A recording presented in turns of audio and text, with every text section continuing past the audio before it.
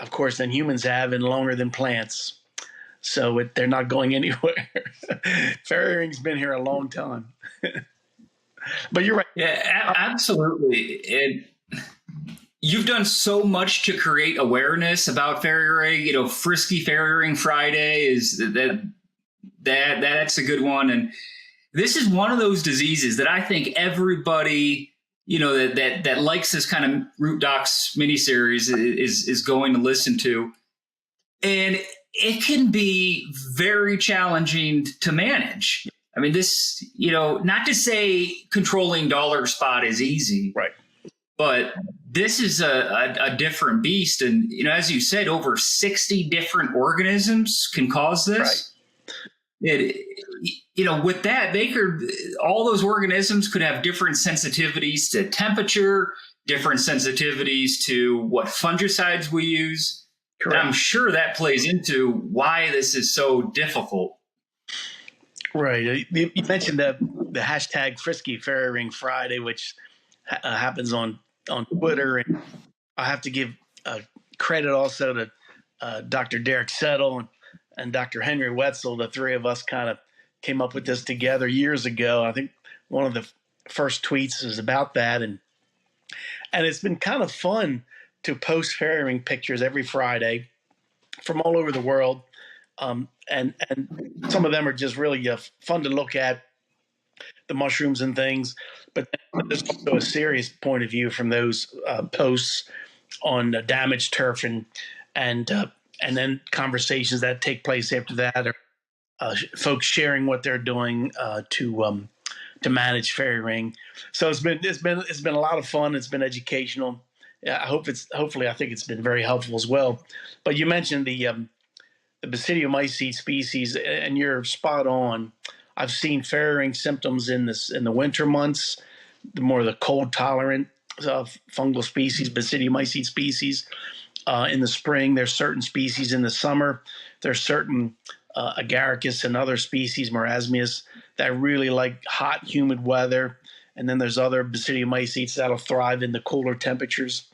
And we don't know, unfortunately, if you take 50 to 60 of those species, maybe there's 10 to 12 most common, but we really don't have sensitivities to all of them. We assume because they're all basidiomycetes that there's kind of sort of probably all susceptible to the same groups and classes of fungicides, but we don't know for sure. And that may cause some issues. Let me just take a step back with fungicides. And Jesse, as you know, there's many fungicides now available for managing fairy ring. Where going back to the 90s, there was only one that was developed for it specifically. That was the active ingredient flutalonil, and it was the name ProStar, as you're aware. That was your legacy company's active ingredient, ProStar WP wettable powder. Then it became a WG. So the flutalonil active ingredient was very effective at managing fairy ring. And then since then, there's many other fungicides have been labeled for fairy ring. But you're right, the environmental conditions, the soil, the root zone, sandy soil, thatch, organic matter, there's so many factors that play a role in managing fairy ring. And these environmental factors and edaphic soil root zone factors, they're all going to play a role in the success or failure of a fairy ring management program. And a lot of recommendations for water. Say you want to. This is coffee. Yeah. Right. A lot of the recommendations for managing fairy ring, at least from a preventative approach, especially from various manufacturers like ourselves and obviously others included.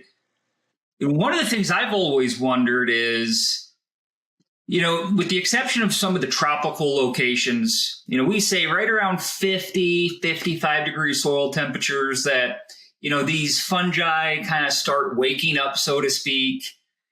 And to begin that, from a fungicide perspective, begin that preventative control.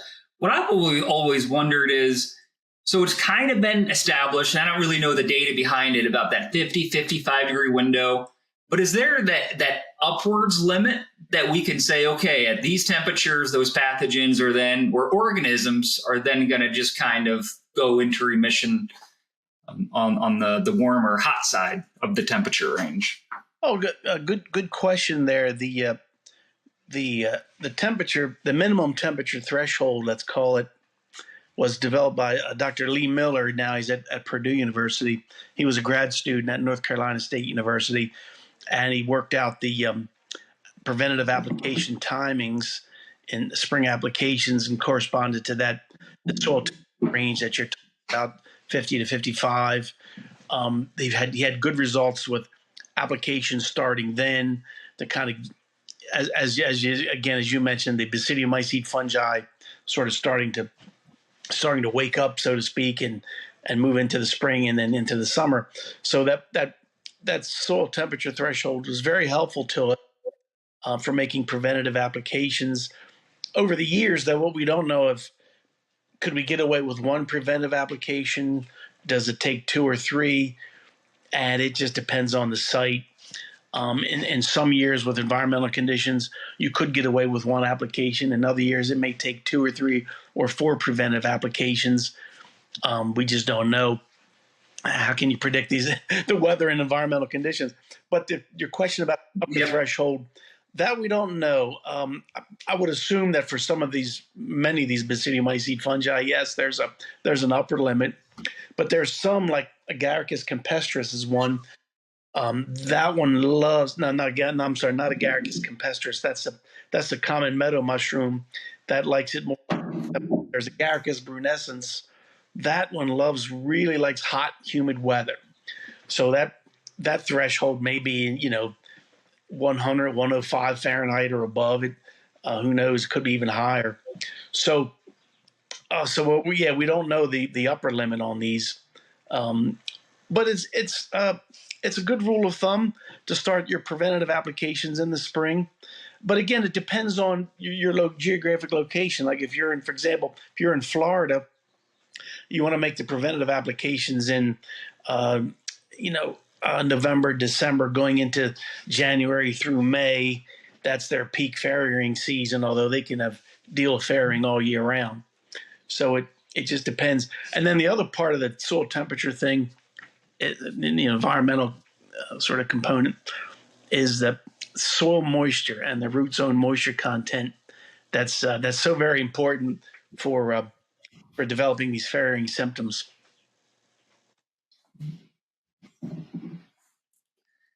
And then, let me. I just paused for take a sip of water because I was thinking. I don't know if it might be of interest to your audience. Growing up on the mushroom farm, okay, the basidiomycete, the mycelium, we have to get it to colonize the composted substrate, and to do that, we subjected the material, the growth substrate, to a series of irrigation cycles, wet dry cycles. We would irrigate it, soak the sort of the composted material, and then dry it, and irrigate it and dry it. We have big air handling machines to move air through the production house. These are 60,000 square foot sort of production houses, and so we had to subject the fungal mycelium. The basidiomycete is colonizing the compost, and the mycelium is subjected to these wet dry cycles that encourages colonization, breakdown of the material, and then if you've ever seen the inside of a commercial mushroom production farm in Pennsylvania, typical in the United States, there's an organic layer on top of the substrate material, very similar to thatch. The mycelium has to colonize that organic layer, and then the mushrooms are produced again because of the wet dry cycles. So that's the inside scoop on how you grow commercial mushrooms. But let's look at on golf courses. We have wet dry cycles, don't we? The rain events. Right now we're dealing with some drought stress and things, but then it's going to rain, so it's going to get dry and wet, dry and wet. We'll get these wet dry cycles, and guess what? The basidiomycetes colonizing the thatch. They're wood decaying fungi. They're breaking down, looking for lignin, and under the right environmental conditions, they're going to produce then mushrooms. But all what's happening though in the thatch and root zone, you're getting very hydrophobic or water repellent conditions. So this is where the fairy ring fungi throws this sort of a monkey wrench in a way. As you know, Jesse, the fungus is not colonizing the turf, or it's not infecting the turf like Pythium or Rhizoctonia, whatever. It's trying to engineer the environment. It's making the root zone and thatch very water repellent. It's trying to survive, and in doing so, it's causing a lot of damage to the turf. So you see how the temperature and the soil moisture and the rainfall, it all has to come together for fairing. And some of our golf courses out there and our golf course superintendents are just really good at growing fairy ring. I have to give you a lot of props. And it's not their fault. It's just environmental conditions, lean and soil. And fairy ring loves sand-based soils. Yeah, it almost makes you think, deep and infrequent irrigation is almost, in a way, encouraging those cycles of wet and then let it go dry and then wet it again. And that's a good question. In a way, you could say it might be, but I err on the other side that deep and infrequent irrigation favors the growth and development of turf. So you want healthy turf, healthy root zones, that kind of thing. So I would say, well, stick with your deep and infrequent irrigation program. It's the light and infrequent. There's light, irrigation sort of cycles when you're wetting that thatch and drying it, wetting it and drying it. That can really favor, I think, some of the basidiomycetes out there. So we just got to be careful of that. And again, you mentioned the preventative fungicide applications, and that's been a game changer, I think. Unfortunately or unfortunately, it's something you have to sort of commit to. Like, I'll give you a quick example. A few years ago, I did a preventative study on a golf course in central Pennsylvania, and for 4 years in a row, they've had fairy ring on their fairways. And so I said, okay, let's do some preventative applications. So we set up the various fungicides and various combinations and things, and we made applications in, I think it was like April, May, June, July. No fairy ring showed up. It was so frustrating. And anyway, that's the nature of the beast with fairy ring. The issue there at that particular site, the golf course had really severe thatch layer, a lot of organic matter on the fairways, and within those 3 to 4 years, he was engaging in an aggressive thatch reduction program, core aerification, core cultivation, and that kind of thing. I think long term that helped. I wish he would have delayed it maybe 1 year. We could have really got some nice preventative fairy ring data. But that's the nature of the beast with fairy ring. Some of these fungicide trials turn out well, and some of them you scratch your head and say, I made the applications here on this fairway, but on that fairy ring showed up. So, yeah, that's funny you say that, because right after I finished graduate school, I was at the Chicago District Golf Association, and I'm just young and eager, and I can do anything. And I sent an email out to every cooperator, the end views, everybody. And I found this fairy ring site at this golf course that, using Google Earth, this fairy ring showed up every single year for the last decade plus. And I was so confident. And so I get the money coming in and I'm happy. It's like, yeah, I'm doing all this, put the applications down. Just as you said, nothing. Absolutely. It didn't show up anywhere on that fairway that year. Came back the following year. But, those of you that are doing work on these root diseases, it has to be challenging. It's challenging for everybody. And, what's the joke that if a superintendent wants to get rid of a disease, have a turf pathologist lay down some plots, because then it'll just go away. Right. That's very true. That's actually a really good saying. That's really accurate. That's true. And that's why with fairy ring sites, I try to go to 2 or 3 or 4 sites when making applications or evaluating treatments in hopes that one or two sites I can actually draw some meaningful data from it. And what I've done over the years is I go after fairy ring, what I call early curative. When I just start to see fairy ring symptoms show up on greens or fairways or lawn areas or whatever, then I'll make those early curative applications, as opposed to trying to make actual preventive applications. And I'll let your audience in on a secret, not a secret, but over the years, I've tried to inoculate soil, inoculate turf with fairy ring fungi, to no avail. I have not been successful yet. I'm still trying. And I'm not going to inoculate golf courses on purpose. This is just for research purposes, But I have not been successful at doing that. So that's why early curative is a good way to go, and it helps us to evaluate these fungicide active ingredients. And again, there are many fungicides available now for fairy ring control, and there's data behind them, and they're labeled, of course. But I would always tell folks, read the label, read the label, read the label. The labels change. Look for their rates, timings, information on the label about how to use that fungicide for a fairy ring.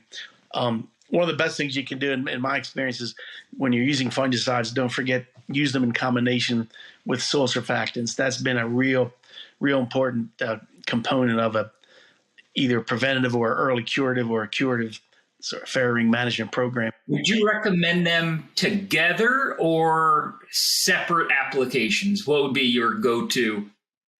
Yeah, I get this question a lot. There's part one and part two. Part one is if you have the time and resources, punch some holes. You have an affected area, early curative, or even if you're going after this preventatively or aggressively curatively, punch some holes. I like needle tining or solid tine. I like to get air into the root zone. Punch some holes, apply a soil surfactant, and water it in thoroughly. Then come back the next day and apply fungicide alone and water that in thoroughly. And then over the next couple of days, every 2 or 3 days, again, water it a couple more irrigation cycles to really thoroughly wet the root thatch and root zone. That's like a best case scenario, the soil surfactant first, then the fungicide. But that's often not the case. Resource challenges and things, and labor and time. So I've had great success with taking the fungicide and the soil surfactant, tank mixing it, good agitation and all that, and then applying it and watering it in very, very. You want to. I like to water it in right away. I don't like to make applications and water it in that evening. I've had some success, and that's fine. But I like to water them in right away, and then come back later in the evening and water it again if you can. So best case scenario, soil surfactant first, then the fungicide. But in the real world, you're fine with tank mixing soil surfactants in the fungicide. And the soil surfactant part is very important to overcome hydrophobicity, soil water repellence, helps to maintain the root connectivity. Those fairy ring sites can become really hydrophobic, and some of those species can break down the thatch and really release high levels of ammonium, which are detrimental to roots. So there's a lot of bad things happening in the root zone because of fairy ring. And so the soil surfactants are not fungicides, but they certainly help the environmental part of that disease triangle. And so, yeah. And again, one application, as you know, Jesse, may not be enough. That it may knock it back, but the fairy ring may be more resilient than we like to give it credit for, and it may come back, so you have to do a second application. I wish we could do one magical application and get season-long control. We don't have that technology yet. Maybe Enview is working on it for us. I don't know. Yeah, there's something called calichlor that I'm kind of curious if how that would work. And right, it's funny. You hear the old timers talking. Not too many of them left. Back in the days, they used mercury-based fungicides and heavy metals and things, and that basically sterilized the soil. Geez, That was different time. Yeah. Different. You know what would be hilarious is I sometimes think this back, like thinking of old chemistries. Right. Imagine like EOP programs back in like the 1900s, 1800s. Right. You'd have your distributors, instead of like dropping off a jug of tartan or something like that, they'd be like, oh, here's your barrel of arsenic, here's your barrel of lead. Right. And if you spend this much, we'll give you a giant mixing spoon. And then I think that would just be funny. Oh, I know that without any gloves and personal protection. Oh, it was different times. But that's true. Back then, there were heavy metals and the lead arsenates and things in many of these kinds of products. And so it's interesting. I think one of the things, though, with fairing, cultural practices wise, we've gotten much better with mitigating the severity, with reducing the severity of fairing, and that managing organic matter has gotten much better. Of course, superintendents are much better at managing, mitigating organic matter accumulation, and there's various schools of thoughts on this. With core aerification, core cultivation, sand top dressing, all that. It's all about managing organic matter, and that really helps to reduce the severity of fairing. It won't eliminate it, won't completely prevent it, but it certainly can reduce the severity of fairing. Just again, by managing organic matter and by managing moisture in the root zone. If you can keep that moisture uniform, avoid the swings of really wet, really dry, volumetric water content in your root zone over the summer. Again, you won't eliminate fairy ring or completely prevent it, but you'll definitely reduce the severity of it. That's one thing I've noticed the last several years. Just using soil surfactants can help you maintain, especially certain ones, can help you maintain nice, uniform, consistent moisture over time, even when it's too wet or too dry conditions. That really kind of keeps the fairy ring fungi sort of in check. Kind of interesting. I wish I had like 3 postdoctoral students working on this. It would keep them busy. No kidding. There's so many things about that. The soil surfactants are so important. I forget who said it. Like somebody said, like, how do they kind of work? It's like it's drier when you use this surfactant. It can be drier when things are wet and wetter when things are dry, and it kind of just evens things out a little bit better. Right. And I'm going to give a shout out to Daniel O'Brien, a grad student, University of Arkansas.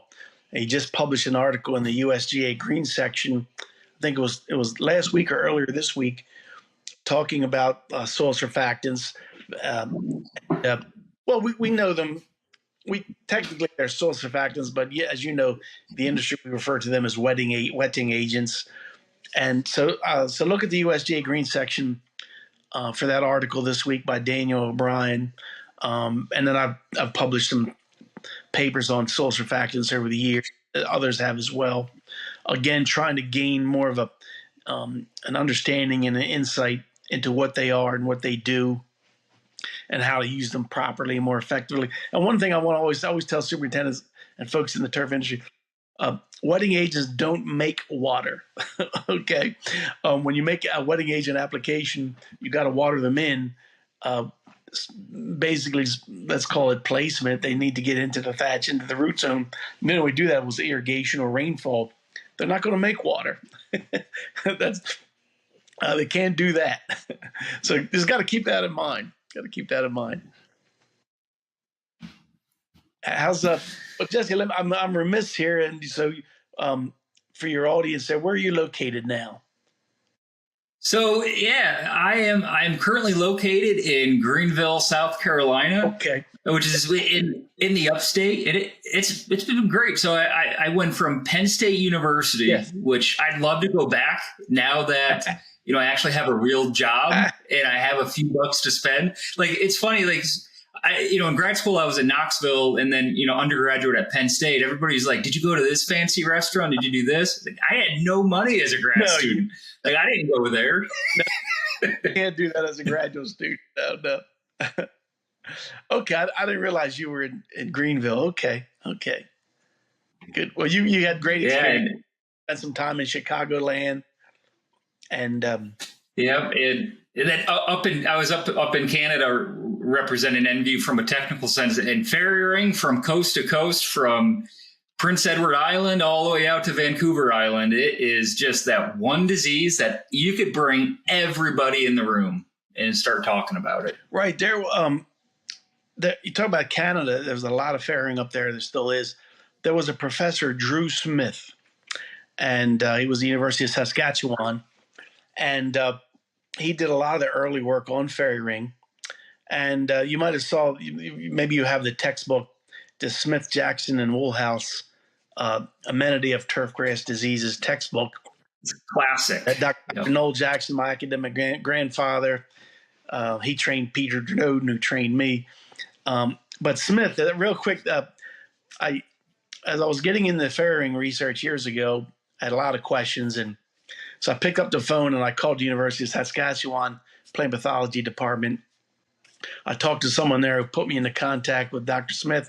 He had since retired, but he was still alive then, obviously. And I called him, and we had a great conversation over the phone, about an hour-long conversation. And it was just talking about his work with fairy ring. This goes back to the 1950s, and it was really a cool thing to do. And he died 3 months later. He was up in age, but I was so glad I got to talk to him. To kind of just, he was mentoring me a little bit and guiding me on some areas to study with fairy ring to sort of take it to the next level, so to speak.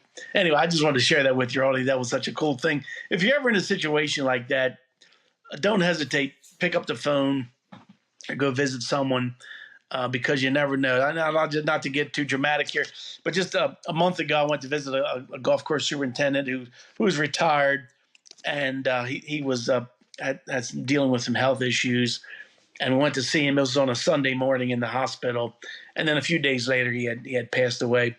But you never know when this is going to happen, and you're always going. I always learn something when I talk to these folks that have been through it all.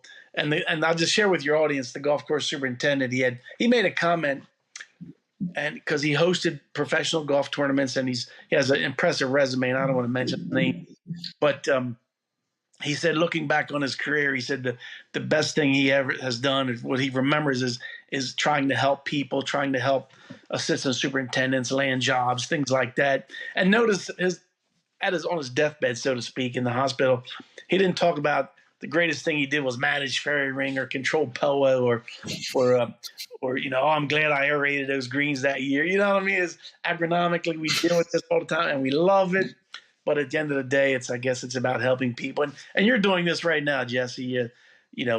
Hopefully your podcast. I really love your program here. The rooting part that I think is great, and hopefully you're helping a lot of people doing this. There's so much we don't know about roots and root zones, and there's a lot of research going on about the rhizosphere. So watch this space, as my buddy Dr. Stan Koska likes to say. We're going to be learning a lot more about the rhizosphere in the next decade, especially with these young scientists coming through, doing a lot of the work, which I'm so glad. It gives us time to play more golf and watch the fair. Anyway, I'm off on a tangent about that.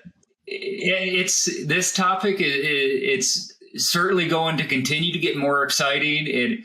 What you've done to help, train the next generation of superintendents and how to manage fairy ring, and then all the research that people will continue to do on it. I just like to say thanks for everything you've done for this industry, from not only your fairy ring recommendations, but you've been an excellent mentor in the industry. And absolutely thank you for coming on the Root Docs podcast. And don't forget, buy my book, Achieving Success. Oh, yes, there it is. Yeah, I will be reading that book. Yeah, buy the book, 680 pages. There's information on fairy ring in here. Anyway, just a shameless plug for the textbook. Yeah, I may buy that textbook and ask for you to sign it. That's great. I think that'd be really nice to have. The folks that have contributed to every chapter are outstanding, and I think it's a really good resource for the industry. And it was an honor to do it. So I'm happy to work with you, Jesse, and please call anytime.